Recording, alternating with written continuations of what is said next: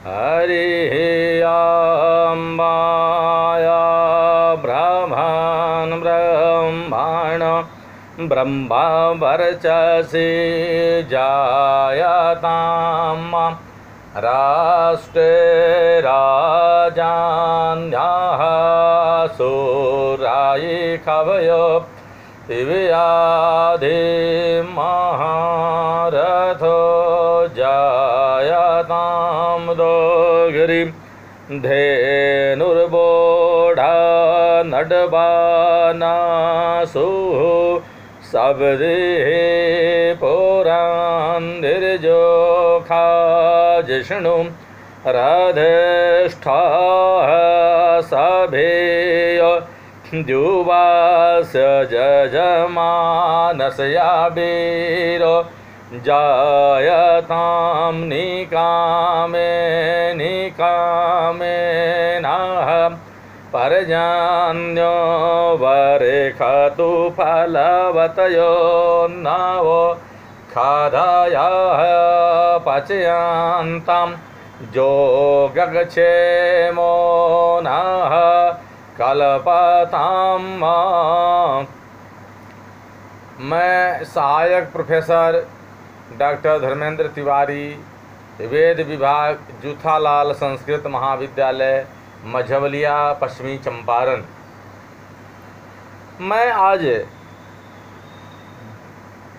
हिंदू संस्कार जो कि राजबली पांडे द्वारा लिखा हुआ है, उसमें हम लोग आज कल तो हम लोग विवाह के अर्थ महत्व उसके बारे में हम लोग जानकारी किए।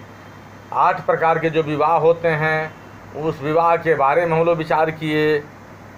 आज हम लोग असगोत्र विवाह के बारे में तथा प्रवर, सवर्ण विवाह, अनुलोम विवाह, प्रतिलोम विवाह इत्यादि विषयों पर आज हम लोग विचार विमर्श करेंगे। तो असगोत्र विवाह, असगोत्रता का प्रतिबंध केवल भारत में ही नहीं अपितु संसार के अन्य भागों में प्रचलित है। यह बराबर असभ्य, अर्धसभ्य तथा सभ्य जनों में व्यवहित है। जिन जनों में गोत्र व्यवस्था नहीं है वहाँ टोटम माने धार्मिक चिन्ह उसका कार्य करता है तथा एक समुदाय को दूसरे समुदाय से पृथक करता है। इस प्रतिबंध का उदय रहस्य से आच्छन्न है। अनेक विद्वानों ने इसके उदय के स्पष्टीकरण के लिए विभिन्न मतों का प्रतिपादन किया। यानी सगोत्र विवाह का मतलब होता है कि एक ही ऋषि के संतान जो अलग अलग बस गए हैं किंतु एक साथ जो है तो फिर विवाह में सम्मिलित होते हैं। वर कन्या दोनों सगोत्र होते हैं तो वो एक ही ऋषि के तो भाई बहन के सदृश हो गया। इसलिए शास्त्रों में सगोत्र विवाह की वर्जना की गई है। जैसे किसी व्यक्ति के चार पुत्र हैं, कोई डॉक्टर हैं, कोई इंजीनियर हैं, कोई मास्टर हैं, कोई गृहस्थी कर्म करने वाले हैं, चार जगह बस गए। कालांतर में अगर शादी संबंध के लिए ये लोग एकत्र हुए, विचार विमर्श किए तो उसमें प्रश्न चिन्ह लग जाता है कि सगोत्र विवाह नहीं हुआ। नहीं, भाई बहन की शादी हो गई, यानी एक गोत्र वाले एक ऋषि के संतान माने जाते हैं। ऋषियों के आधार पर गोत्रों का जो है सो विचार हुआ, तो इसलिए सगोत्र विवाह का जो है सो वर्जन है, असगोत्र विवाह अपेक्षित है। तो इन सिद्धांतों का हम संक्षेप में इस प्रकार उल्लेख करते हैं कि एक सिद्धांत के अनुसार असगोत्र विवाह की प्रथा का उदय आदिकाल में था। असगोत्र विवाह का प्रचलन हुआ। कतिपय अन्य विद्वानों के अनुसार इस प्रथा के उदय का कारण साथ साथ पाले पोसे हुए व्यक्तियों में परस्पर यौन आकर्षण का अभाव था। एक युवती कन्याओं को स्वयं अपने लिए सुरक्षित रखना चाहता था, अतः उसकी ईर्ष्या के फलस्वरूप जन के युवकों को जन के बाहर विवाह करने के लिए बाध्य होना पड़ता था। आरंभ में जो आवश्यकता थी वहीं आगे चलकर एक ऐच्छिक प्रथा हो गई। कुछ विद्वानों के अनुसार असगोत्र विवाह की प्रथा का मूल टोटम यानी धार्मिक चिन्ह में था। अपने जन का रक्त पवित्र समझा जाता था तथा उसकी दिव्यता को सुरक्षित रखने के लिए उन्होंने अपने समान धर्म चिन्ह धारण करने वालों में जन संबंध का निषेध था कि जिस टोटम को धार्मिक चिन्ह को मानने वाले हैं व समान जैसे टोटम में या धार्मिक चिन्ह में विवाह नहीं कर सकते। तो असगोत्र विवाह की प्रथा के उदय के अधिक संभव कारण या प्रकार प्रतीत होता है। जन के युवक सदस्य भोजन की खोज में दूर दूर तक चले जाते थे और परिणामस्वरूप स्वभावतः ही नए जन के संपर्क में आते थे। अपने नए वातावरण तथा पड़ोस में पत्नियां ढूंढने के लिए बाध्य होकर उन्होंने असगोत्र विवाह का अभ्यास डाल लिया होगा, जो धीरे धीरे एक चलन हो गया और पवित्र समझा जाने लगा। प्रतीत होता है कि असगोत्र विवाह के विकास में कुछ सीमा तक हरण विवाह भी सहायक हुआ होगा।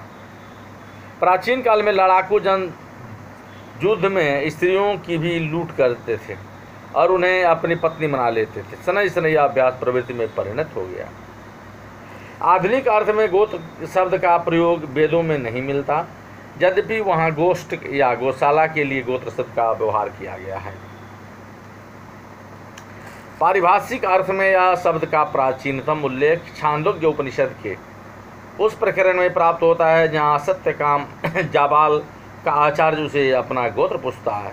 बौद्ध तथा जैन साहित्य और मानव वशिष्ठ गौतम आदि धर्मसूत्रों में गोत्रों का प्रचुर प्रयोग प्राप्त होता है। ऐसा प्रतीत होता है कि बुद्ध के समय तक गोत्र संस्था पूर्णतः प्रतिष्ठित हो चुकी थी। ब्राह्मण ग्रंथों में प्रायः सभी उपयोगी विषयों की चर्चा स्थान स्थान पर मिलती है, किंतु उनमें गोत्र संस्था का एक भी उल्लेख नहीं है। यद्यपि यह एक नकारात्मक प्रमाण है, किंतु अन्य तथ्यों से साकृत होकर यह अधिक महत्वपूर्ण हो उठता है। सप्रवर विवाह का निषेध सर्वप्रथम गृह सूत्रों में भी प्राप्त होता है, किंतु उनमें इसी के समान सगोत्र विवाह का निषेध किया गया है। आत्मवस्तव, कौशिक, बौधायन और पारस्कर सभी प्रवर निषेध करते हैं कि समान प्रवर समान गोत्र में विवाह नहीं करना चाहिए। गोत्र का नहीं अपितु किंतु धर्मसूत्रों के समय से सगोत्र तथा सपिंडन विवाह निषिद्ध हो गए। वशिष्ठ सगोत्र विवाह का निषेध करते हैं, पर गोत्र का दायरा अभी भी बहुत सीमित था और पिता की 7वीं तथा माता की 5वीं पीढ़ी के बाहर विवाह हो सकता था। यानी पिता की 7वीं तथा माता की 5वीं पीढ़ी के बाहर विवाह हो सकता था, किंतु आपस्तंभ गृह सूत्र 3:10 के अनुसार गोत्र की सीमा अधिक व्यापक हो गई थी, जो बहुत दूर तक जा सकती थी तथा पिता की 7वीं पीढ़ी तक ही सीमित नहीं थी। प्रवर्ती धर्मशास्त्र प्रणेता सगोत्र तथा सपिंडन विवाह का घोर विरोध करते हैं।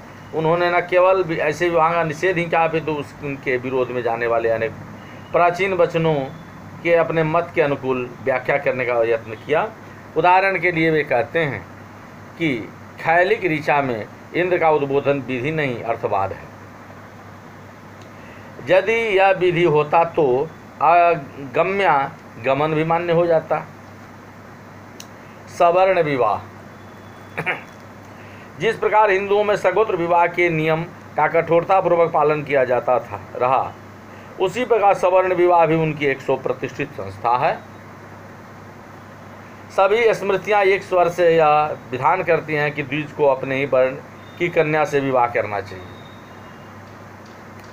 यह स्वाभाविक ही है और अति प्राचीन काल में भी साधारणतः यह नियम प्रचलित रहा होगा, किंतु उस समय इसका कठोरतापूर्वक पालन करना संभव नहीं था, क्योंकि जाति प्रथा अभी तक दृढ़ तथा अचल नहीं हो सकी थी। अनुलोम विवाह वैदिक काल में अंतर्जातीय विवाह का बहुत सरलता से होता था। यह समझना कठिन है कि यदि अंतर्जातीय विवाह का किसी भी प्रकार का यथार्थ निषेध था तो उत्सवों, समाजों और व्यक्तिगत रूप से परस्पर मिलने जुलने की स्वतंत्रता युवकों को युवतियों को कैसे दी जा सकती थी।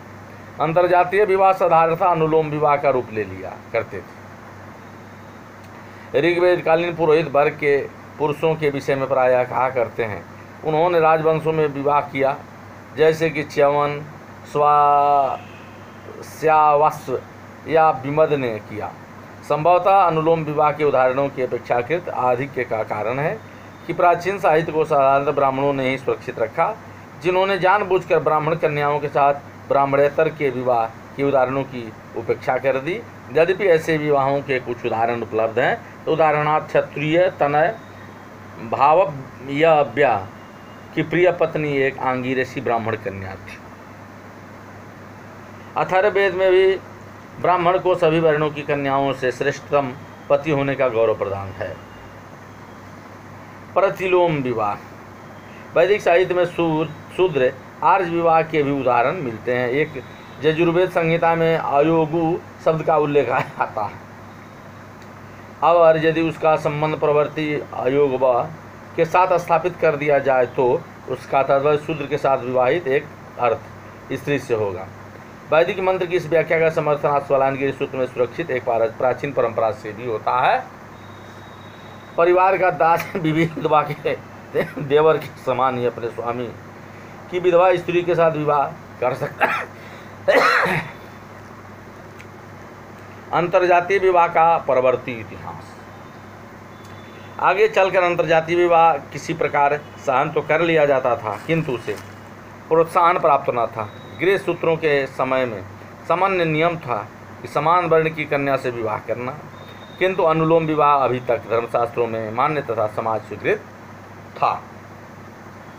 यद्यपि सामान्यतः शूद्रा स्त्री पसंद नहीं की जाती थी। पराशर लिखते हैं कि ब्राह्मण की 3 पत्नियां हो सकती हैं, क्षत्रिय की 2 और वैश्य की 1। कतिपय लेखों के अनुसार उक्त सभी वर्णों के लोग एक शूद्रा स्त्री से भी वैदिक मंत्रों के उच्चारण के बिना विवाह कर सकते हैं। धर्मसूत्र आपूर्वर्तीय स्मृतियां सभी निम्न वर्ण की एक कन्या से विवाह की अनुमति का विचार विमर्श करते हैं या अनुमति देते हैं। अंतर्जातीय विवाह का निषेध। किंतु एक ऐसा समय आया जब अंतर्जातीय विवाह निरुत्साहित ही नहीं पूर्णतः निषिद्ध कर दिए गए। मनुस्मृति काल में विशूद्रा स्त्री के साथ विवाह निंदनीय समझा जाता था। परवर्ती स्मृतियाँ एक स्वर से शूद्रा स्त्री के साथ विवाह को निषिद्ध ठहराता तथा उसके विवाह करने वाले व्यक्ति को सामाजिक बहिष्कार का विधान करती है। इस प्रकार के व्यक्ति को नरक के भय से आतंकित किया जाता था।